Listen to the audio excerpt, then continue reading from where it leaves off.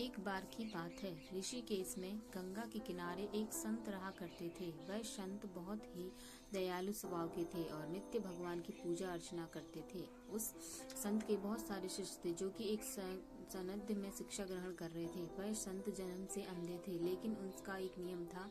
वह प्रतिदिन ढल जाने के बाद गगनचुंबी पहाड़ों में सैर के लिए जाया करते थे। जब भी वह भ्रमण के लिए जाते तो हरि का कीर्तन करते हुए जाते और इसी प्रकार वहां से रोज लौट कर आते। अपने गुरु को प्रतिदिन ऐसा करता देख उनके शिष्य असमंजस में पड़ गए और वे अंधे होने के बावजूद भी ऐसा कैसे कर लेते हैं। एक दिन अपनी जिज्ञासा के चलते एक शिष्य ने उनसे पूछा, बाबा, आप हर रोज इतने ऊंचे ऊंचे पहाड़ों पर सैर के लिए जाते हैं। वहाँ तो बहुत गहरी खाइयाँ होती हैं और आप तो देख भी नहीं सकते। क्या आपको कभी डर नहीं लगता? कहीं पाँव डगमा गए तो, या कोई जंगली जानवर आ जाए तो क्या आपको इस सब से चीजों से डर नहीं लगता? वह संत पहले थोड़ा मुस्कुराए और फिर वहां से चले गए। अगले दिन सुबह उन्होंने अपने शिष्य को भ्रमण के लिए साथ चलने को कहा।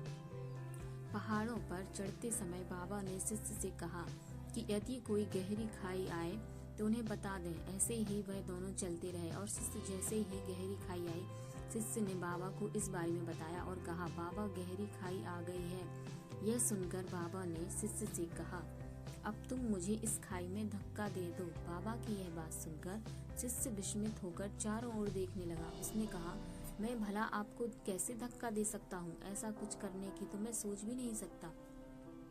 शिष्य ने आगे कहा, आप मेरे गुरु हैं, मैं तो अपनी किसी दुश्मन को भी इतनी गहरी खाई में नहीं धकेल सकता।